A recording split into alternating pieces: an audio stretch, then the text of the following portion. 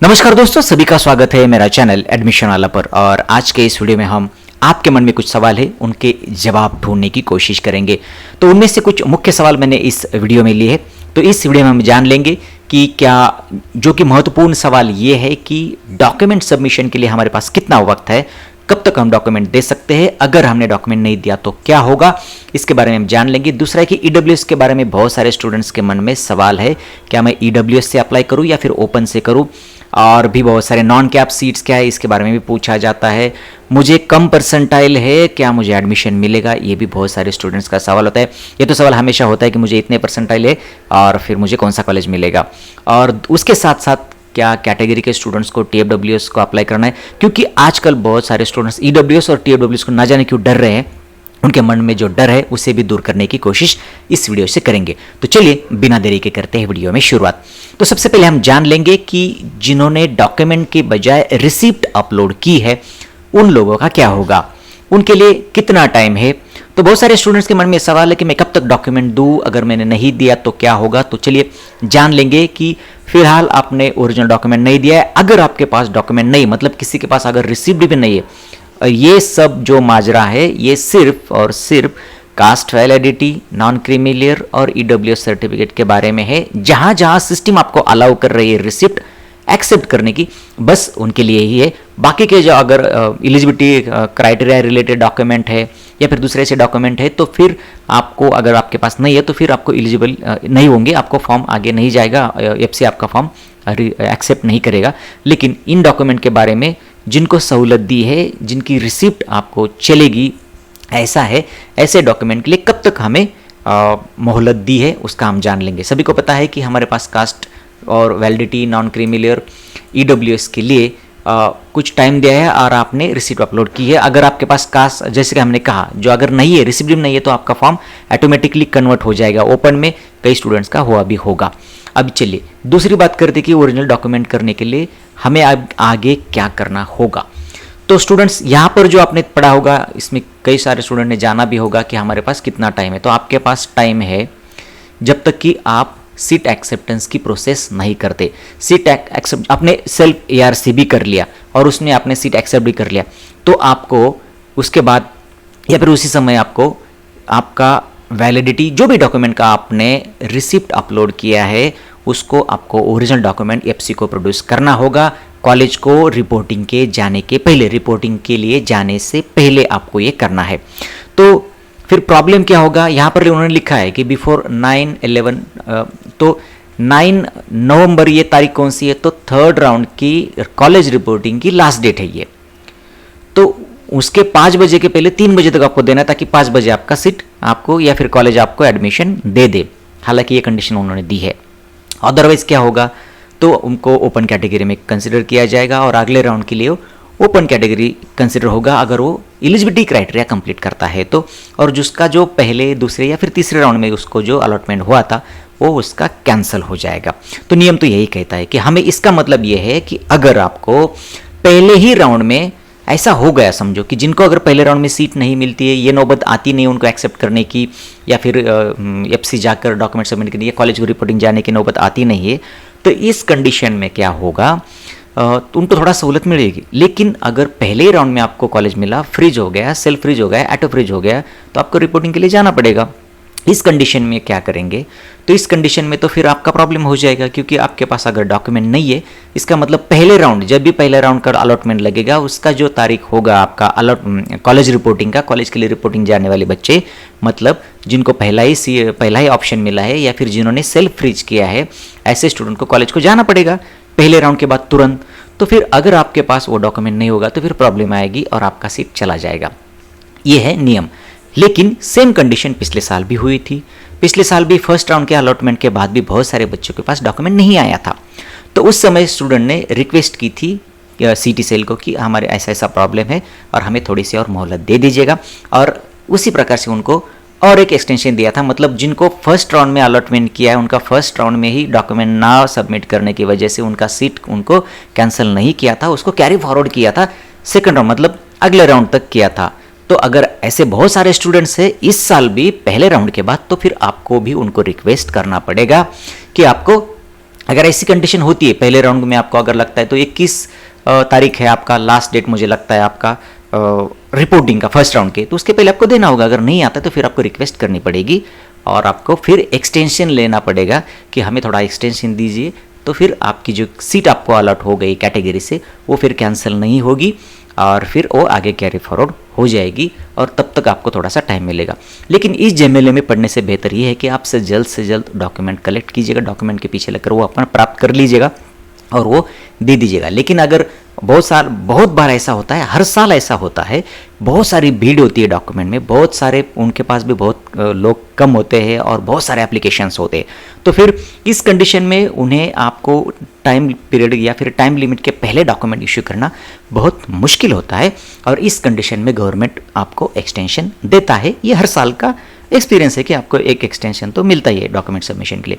तो आपको ये समझ के नहीं चलना चाहिए कि हाँ पिछले साल दिया था तो इस साल भी देंगे, वीडियो में इसने बताया है तो दे देंगे, ऐसा नहीं है। आपको जैसे मैंने कहा कि पिछले साल ऐसा हुआ था लेकिन इस साल ऐसा होगा, ऐसा नहीं है। आपको जाके फिर वहाँ पे उनकी रिक्वेस्ट करनी पड़ेगी, वो रिक्वेस्ट अप्रूव होनी चाहिए तभी आपको मिलेगा, नहीं तो नहीं मिलेगा, आपकी सीट चली जाएगी। चलिए, तो हमने क्लियर कर दिया कि पहले राउंड तक जिनको होता है उनको कब डॉक्यूमेंट सबमिट, हालांकि जिनके पास डॉक्यूमेंट नहीं उनको जिस वक्त आपको रिपोर्टिंग के लिए जाना पड़ेगा कॉलेज, जिस वक्त आप सीट एक्सेप्ट करोगे उस वक्त तक आपके पास आपका डॉक्यूमेंट होना चाहिए, नहीं तो आपकी सीट जाएगी। अभी तो ऐसा ही नियम कहता है। तो चलिए, हमने ये बात क्लियर करी। इसके रिगार्डिंग आपके मन में कोई सवाल है तो पूछिएगा कमेंट्स बॉक्स में, क्लैरिफिकेशन देने की कोशिश करूंगा। चलिए अगले क्वेश्चन की तरफ मुड़ते हैं और अगला क्वेश्चन है कि ईडब्ल्यूएस या फिर ओपन किसी एक से ही कॉलेज में लगा। बहुत सारे स्टूडेंट्स के मन में सवाल है कि मुझे या तो ईडब्ल्यूएस में कंसिडर करेंगे या फिर ओपन में करेंगे। फिर ईडब्ल्यूएस का तो ज़्यादा होता है, उनका मेरिट ज़्यादा होता है, फिर मेरा तो प्रॉब्लम हो जाएगा, मेरे ओपन की भी सीट जाएगी। और बहुत सारे स्टूडेंट डर रहे हैं कि ईडब्ल्यूएस का अप्लाई करूँ या ना करूँ। मैं उनको कहना चाहता हूँ दोस्तों, ईडब्ल्यूएस या ओपन किसी एक से ही आपको कंसिडर किया जाएगा ऐसा नहीं होता है। आपको दोनों में भी चांस होता है और आप दोनों में भी कंसिडर किए जाता है। हालांकि टीएफडब्ल्यू जैसे ईडब्ल्यूएस का सेपरेट चॉइस कोड नहीं होता है, लेकिन इसका मतलब ये नहीं है कि आपको सिर्फ एक ही कैटेगरी या फिर एक ही ऑप्शन के लिए यानी ओपन या फिर ईडब्ल्यूएस के लिए कंसिडर किया जाएगा और दूसरे के लिए नहीं, ऐसा होता नहीं है। मैं आपको उनका डॉक्यूमेंट के साथ प्रूफ के साथ दिखाना चाहता हूं कि मतलब स्टेजेस जो होगी, अलॉटमेंट की बहुत सारी स्टेजेस होती है, 8-9 स्टेजेस होती है, तो उसके हर स्टेजेस में उनका एक लॉजिक होता है, तो उसके अनुसार ही अलॉटमेंट होता है। और अलॉटमेंट में उन्होंने स्पष्ट रूप से ये कहा है कि ईडब्ल्यूएस और ईडब्ल्यूएस के स्टूडेंट्स के लिए क्या होगा कि आपको पहले हर एक कैटेगरी का ऐसा होता है, उनको पहले उनके कैटेगरी में कंसिडर किया जाएगा। अगर वहाँ पे सीट नहीं मिलती है तो फिर आपको ओपन कैटेगरी में कंसिडर किया जाएगा आपके मेरिट के अनुसार। तो इसमें प्रॉब्लम क्या है, आपको पहले ईडब्ल्यूएस में चांस मिलेगा, ईडब्ल्यूएस में आपको नहीं मिला, ओपन में मिलेगा। तो इसका मतलब ये नहीं होगा कि आपका ओपन का चांस चला जाएगा और ईडब्ल्यूएस में आपको सिर्फ कंसिडर होगा और ओपन में आपको कंसिडरेशन नहीं होगा आपका, ऐसा नहीं है। तो बेझिझक आप ईडब्ल्यूएस को अप्लाई कीजिएगा, अगर मिलता है तो उसमें जो फायदा होगा आपको वो आपका ही होगा। तो इसमें ये तो आप आपके मन से निकालिएगा कि मुझे ईडब्ल्यूएस या अप्लाई करने से मेरा नुकसान होगा, तो उसमें कोई नुकसान नहीं है, हुआ तो फायदा ही होगा। चलिए, हमने ये बात भी क्लियर कर दिया। अब अगले क्वेश्चन की तरफ मुड़ते, क्या कैटेगरी के स्टूडेंट्स को टीएफडब्ल्यूएस का अप्लाई कर सकते हैं और क्या उनको करना चाहिए, इसके कुछ फायदे हैं क्या? ये भी बहुत सारे स्टूडेंट्स के मन में सवाल होता है कि टीएफडब्ल्यूएस को मैं क्या करूं, मैं कैटेगरी से बिलोंग करता हूं। तो देखिए, टीएफडब्ल्यूएस का तो आपको सभी को अर्थ मालूम है, सेपरेट वीडियो में चैनल पे डाला है, सॉरी, तो आप उसे रेफर कर सकते हैं। सारा हिस्ट्री सारा उसमें मैंने बताया है, पूरा डिटेल बताया है। तो यहाँ पे थोड़ा सा कैटेगरी के इर्द गिर्द हम डिस्कस करेंगे कि आप लोग तो अप्लाई कर सकते हो, उसमें कोई प्रॉब्लम नहीं, आप अप्लाई कीजिएगा, कर सकते हो। अभी अप्लाई करने के बाद बहुत सारे स्टूडेंट्स यहाँ पे बड़े डरते हैं कि मैंने टीएफडब्ल्यूएस में किया तो मुझे कैटेगरी में कंसिडर नहीं करेंगे, सिर्फ टीएफडब्ल्यूएस में कंसिडर करेंगे। ऐसा बिल्कुल नहीं होता है, आपको टीएफडब्ल्यूएस में भी कंसिडर करेंगे, आपको आपकी कैटेगरी में भी कंसिडर करेंगे और आपको ओपन में भी कंसिडर करेंगे। तो इसका कोई आपको मन से आपके जो सवाल है या फिर शंका है निकाल दीजिएगा। जितने ज़्यादा सीट टाइप के लिए आप अप्लाई करोगे, मतलब अगर आपने माइनॉरिटी में किया, आपने अपनी कैटेगरी में भी किया, आपने जितना आप एलिजिबल हो उतने सभी में किया तो सभी में आपको कंसिडर किया जाता है, प्लस ओपन में भी आपको कंसिडर किया जाता है। तो उसमें कुछ इसका मतलब मन में आपकी शंका रखने की कोई ज़रूरत नहीं। आप ओबीसी ज़्यादा से ओबीसी वालों को फ़ायदा मिलेगा, क्योंकि ओबीसी को जब आपका नॉर्मल सीट मिलेगा तो आपको 50% ट्यूशन फी भी भरनी पड़ेगी। तो और आपको डेवलपमेंट फी भरनी पड़ेगी। लेकिन यहाँ पर ऐसा होता है कि आपका ट्यूशन फी पूरा माफ़ हो जाएगा, वेव हो जाएगा, तो यहाँ पर आपको फ़ायदा है। लेकिन इसका कट ऑफ हाई रहता है, सभी को ये पता है। और इसका TFWS का क्या होता है कि चॉइस कोड भी अलग होता है। मतलब आपको जब आप ऑप्शन फॉर्म भरते हो, आप चाहे तो उन्हें सेलेक्ट कर सकते या फिर आप उसे छोड़ सकते। इसका मतलब ऐसा इस पे आपके एडमिशन सिस्टम में या फिर आपके जो सीट टाइप है, आपकी जो कैटेगरी है, उस पर इसका कोई इफेक्ट पड़ता ही नहीं है। आप जब चाहे तब उन्हें सेलेक्ट कर सकते, जब चाहे तब उनसे रिमूव कर सकते, उसमें कोई प्रॉब्लम है ही नहीं। अगर आप चाहते हो फ़ायदा लेना तो कैटेगरी की अगर बात करें तो OBC वालों को फ़ायदा है, बाकी के स्टूडेंट्स को फ़ायदा नहीं होगा। आपको आपके कैटेगरी से सीट का भी फ़ायदा होगा और आपको फ़ी का भी फ़ायदा होगा। तो OBC के लिए ये ओके है। और मैंने कुछ पिछले साल के आपको स्टूडेंट्स भी दिखाए जिन्होंने OBC से TFWS लिया है। चलिए, ये भी हमने क्लियर कर दिया। इसके बारे में अगर कोई सवाल है तो पूछिएगा, मैं ज़रूर कोशिश करूँगा। तीसरा है कि ये बहुत सारे स्टूडेंट्स के मन में सवाल है, मुझे इतने परसेंटाइल है तो मुझे एडमिशन मिलेगा। सबसे पहले तो आप ये दिमाग से हटा दीजिएगा कि मुझे कम परसेंटाइल है। और दूसरी बात ये भी आप मन से हटा दीजिएगा 94 95 तो मुझे बहुत अच्छे परसेंटाइल है। दोनों भी आपके मन से निकाल दीजिएगा, क्योंकि हर एक परसेंटाइल में लगभग 2500 स्टूडेंट है और आप पूरे महाराष्ट्र की जगह निकालिएगा। तो कंपटीशन भी है, लेकिन आपको एडमिशन मिलने में कोई दिक्कत नहीं। इस साल तकरीबन 12,000 तक सीटें और बढ़ गए हैं, पहले से और ऑलरेडी 1.25 लाख तक सीट्स है और अभी 12,000 उसमें बढ़ गए हैं सीट। तो मुझे लगता है कि एक आपको तकरीबन आपको सीट मिल जाएगी, इतने सीट अवेलेबल है। हर साल बहुत सारे कॉलेजेस के सीट्स खाली रहते हैं, उनको स्टूडेंट्स की वो राह देखते हैं, आपका स्वागत करेंगे वो लोग अगर आप वहाँ जाएंगे तो इसमें कोई दिक्कत नहीं। और अगर आपको इंजीनियरिंग ही करनी है, आपने ठान ही लिया कि मुझे इंजीनियरिंग ही करनी है, तो आपको इंजीनियरिंग करने से कोई नहीं रोक सकता, आपको एडमिशन मिलेगा। सिर्फ आपको कॉम्प्रोमाइज़ करना पड़ेगा आपके मार्क के अनुसार कॉलेजेस को। हर परसेंटाइल की रेंज में कॉलेजेस अवेलेबल है, 1 परसेंटाइल से लेकर 99.99 तक के सभी कॉलेजेस से आपको सिर्फ आपके परसेंटाइल के हिसाब से आपको कॉलेजेस चूज़ करने होंगे, उसमें आपको बेस्ट ढूंढना पड़ेगा, आपको एडमिशन मिलेगा। बाकी आपकी मर्जी, आपको वहाँ लेना है नहीं लेना है, लेकिन ऐसा नहीं होगा कि आपको नहीं मिलेगा। अब ठीक है, आपको अच्छा कॉलेज चाहिए तो फिर उसके लिए कंपटीशन है और आपको उसको कॉम्पीट करना पड़ेगा। चलिए, तो ये आपके मन से निकालिएगा कि कम परसेंटाइल है तो आपको कौन सा कॉलेज मिलेगा, आप खुद ढूंढ सकते हैं। बहुत सारे वीडियोज उसके रिगार्डिंग ऑलरेडी यूट्यूब पर है, तो आप उनको रेफर करके आपके लिए अच्छा कॉलेज ढूंढ सकते हो। चलिए, ये भी हमने देख लिया। दूसरा एक सवाल है कि नॉन कैप सीट्स क्या है। इसके बारे में बहुत सारे स्टूडेंट्स के मन में सवाल पैदा होते हैं कि ये नॉन कैप सीट क्या होते हैं, इसके लिए कौन एलिजिबल है, ये क्या है, ये चीज़ क्या है। तो मैं आपको समझाता हूँ आज। सबसे पहले तो इस साल के हिसाब से अगर हमने बात की तो 4 तारीख तक आप एप्लीकेशन कर सकते हो। ठीक है, 4 तारीख के बाद एप्लीकेशन करना पॉसिबल है क्या? तो पॉसिबल है। आप 17 तारीख के 5 बजे तक एप्लीकेशन कर सकते हो, कोई प्रॉब्लम नहीं, इसमें कोई प्रॉब्लम नहीं, आप एप्लीकेशन कर सकते हो। लेकिन 4 तारीख तक जो बच्चे एप्लीकेशन करेंगे सिर्फ वही लोग कैप राउंड में शामिल हो पाएंगे, उनका ही नाम प्रोविजनल और फाइनल मेरिट लिस्ट में होगा। तो फिर बाकी के लोग क्यों रजिस्ट्रेशन करें? बाकी के लोगों को क्या फ़ायदा रजिस्ट्रेशन करने का? तो उनके लिए नॉन कैप की सीट सिर्फ अवेलेबल होगी, वो लोग सिर्फ नॉन कैप में शामिल हो पाएंगे। तो इससे बेहतर है कि 4 तारीख के पहले रजिस्ट्रेशन करें, कैप में भी शामिल हो जाए और नॉन कैप के लिए भी ट्राई करें। अब दूसरा मुद्दा ये है कि ये नॉन कैप की सीट्स होती क्या है।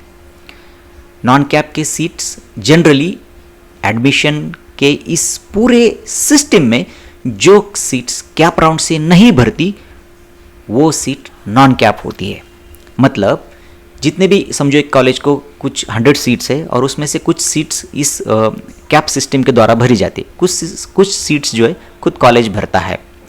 तो ऐसे कंडीशन में जो कॉलेज भरता है उसे नॉन कैप सीट कहते हैं। सीधे तौर पर कहे तो कैप राउंड के 3 जो राउंड होने वाले, इन 3 राउंड में जो सीट भरी जाती है वो सिर्फ कैप सीट्स होगी, बाकी की सारी सीट्स नॉन कैप होगी। तो अब हम देखेंगे कि नॉन कैप कौन कौन सी सीट जनरली उसमें आती है, वो भी हम देख लेंगे। जनरली नॉन कैप सीट्स के लिए आपको सेपरेट अप्लाई करना पड़ता है कॉलेज लेवल में, और ये सीट जो कॉलेज लेवल पर भरी जाती है जनरली।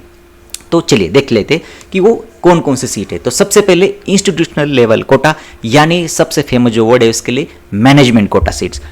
आपको सभी को पता होगा कि महाराष्ट्र में जितने भी प्रोफेशनल कॉलेजेस है, उनके जो प्राइवेट कॉलेजेस है, उनको कुछ परसेंट सीट वो मैनेजमेंट कोटा या फिर इंस्टीट्यूट लेवल कोटा कहते हैं, और वो सीट्स खुद कॉलेज भरता है। अब एक कॉलेज के कंडीशन में हमने देख लिया कि इसका सैंक्शनड इनटेक 60 है, मतलब इनको 60 जगह की परमिशन दी गई है भरने के लिए।